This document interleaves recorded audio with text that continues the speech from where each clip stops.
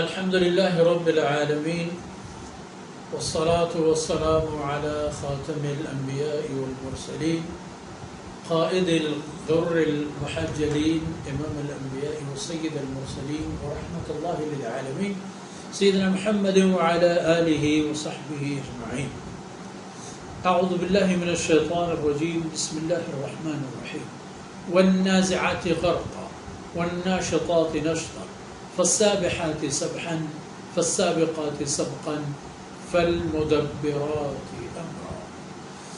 سبحانك لا علم لنا إلا ما علمتنا إنك أنت العليم الحكيم. رب اشرح لي صدري ويسر لي أمري واحلل عقدة من لساني يفقه قولي واجعل لي وزيرا من أهلي رب زدني علما وارزقني فهما. ثم أما بعد. گرامی قدر حاضرین، معزز ناظرین، عزیز بھائیوں، بہنوں اور بچوں، قرآن کریم کی آیتوں کو مشاہدہ کیا جائے، مستقل نظر میں رہیں تو یہ بات آسانی سے سمجھ میں آتی ہے کہ قرآن کریم کا سب سے بڑا زور آخرت کی تعمیر پر ہے.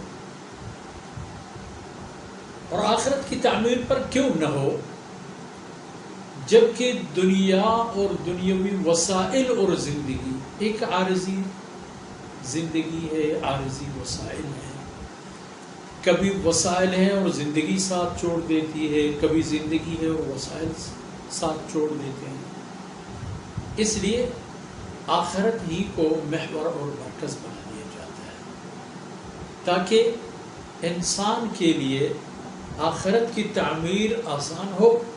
اور چونکہ قرآن کریم اللہ رب العزت کی باتیں ہیں اور اللہ خالق ہے کائنات اور انسان کا، اور اللہ رب العزت کی چاہت اور مہربانی بھی یہی ہے کہ انسان اللہ کی بندگی کے ذریعے اور اللہ کی بندگی کے راستے سے ہوتے ہوئے اللہ کی ان نعمتوں تک پہنچے جن کا پھر کوئی زوال نہیں ہوگا. یہ سورہ نازعات کہلاتی ہے اور اس سورت کی ابتدائی چند آیتیں وہ ان فرشتگان کرام کے بارے میں اعلان ہے، ان کی اہمیت اجاگر کرنے کے لیے ہے جو اللہ رب العزت نے ان میں سے ہر ایک کو ایک مخصوص ذمہ داری عنایت فرما دی. انسانوں کی دو حالت ہونے کی بنیاد پر موت کا جب لمحہ اور وقت آتا ہے تو ان کے پاس جانے والے فرشتے بھی اس کے ساتھ وہی سلوک کریں گے. والنازعات غرقا کا اشارہ اسی طرح.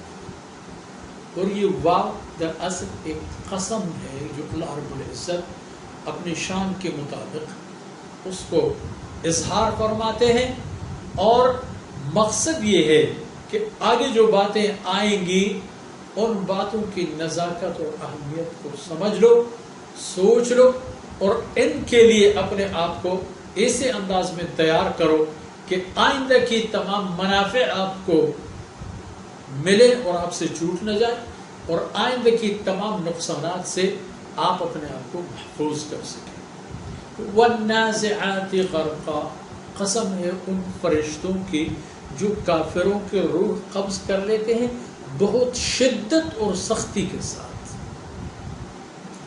کافروں کی بھی تو روح ہے، جسم و جان کی رشتے توڑنے کے لیے جب وہ فرشتے تشریف لاتے ہیں تو پھر وہ ان کے رگ و ریشے کے اندر گھس کر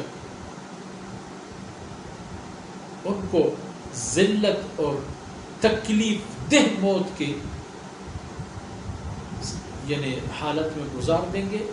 اور وہی فرشتگان کرام ان کو یہ سب کچھ مزید تکلیف دہ ہونے کے لیے، تکلیف دینے کے لیے یہ حالت کر لیتے ہیں.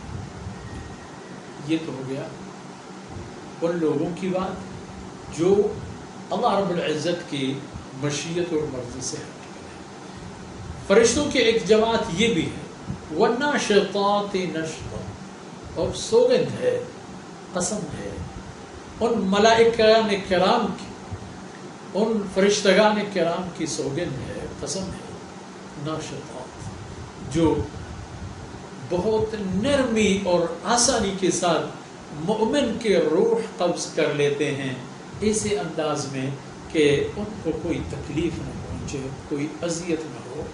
اس میں اس کی عزت کا بھی خیال رکھتے ہیں اور اس کی راحت کا بھی خیال رکھتے ہیں. اس کو بہت آسانی کے ساتھ، نرمی کے ساتھ، محبت اور ہمدردی کے ساتھ روح قبض کر لیتے ہیں. یہ دو طبقات. والسابحات سبحا، اور قسم ہے ان فرشتوں کی جو ان امور کو نمٹانے کے لیے وہ تگ و دو کرتے ہیں، لیکن اس کا انداز اتنا ہلکا اور دلچسپ اور زود رس ہوگا کہ جیسے ایک تیراکی کرنے والا انسان، تیرنے کے کوئی ماہر انسان کس انداز میں پانی کے اوپر اپنے آپ کو کبھی اس طرف پھینک دیتا ہے، کبھی اس طرف پھینک دیتا ہے، اچلتا ہے، کبھی پانی کے نیچے جاتا ہے، موجوں کے ساتھ ٹکراتے ہوئے موجوں کے اندر چلا جاتا ہے.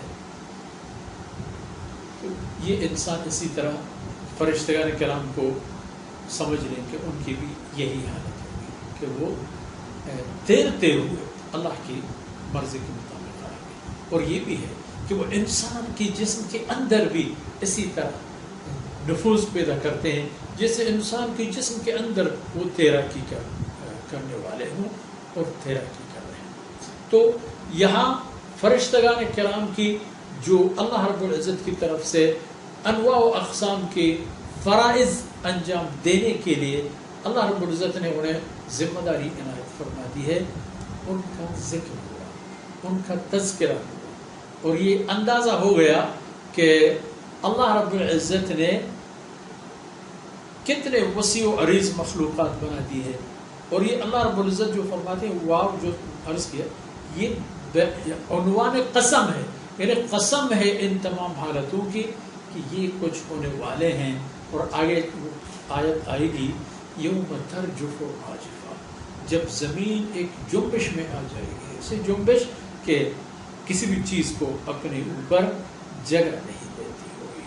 تو علی کل حال یہ توجہ دلانے کے لیے ہے، ہمارے توجہ مبذول کرانے کے لیے کہ ہمیں پتہ ہو کہ یہ زندگی دراصل سرمایہ ہے آخرت کی نعمتوں اور آخرت کے درجات اور فضائل کو حاصل کرنے کی اور رذائل سے اپنے آپ کو بچانے کی. آج اتنا ہی کافی ہے. انشاءاللہ العزیز اگلے محفل میں آیہ کرام کے دوسرے حصوں کو تلاوت اور ان کے بارے میں کچھ عرض کرنے کی سعادت حاصل کریں گے. اللہ رب العزت مجھ سے، آپ سے، ہمارے والدین سے، ہمارے اساتذہ کرام سے، ہمارے آباء و اجداد اور دوست اور احباب سے اللہ رب العزت راضی ہو جائے اور ہمیں دنیا اور آخرت کی خوش نصیبوں میں شامل فرمائے. وصلی اللہ علی نبینا محمد وعلی آلہ وصحبہ اجمعین.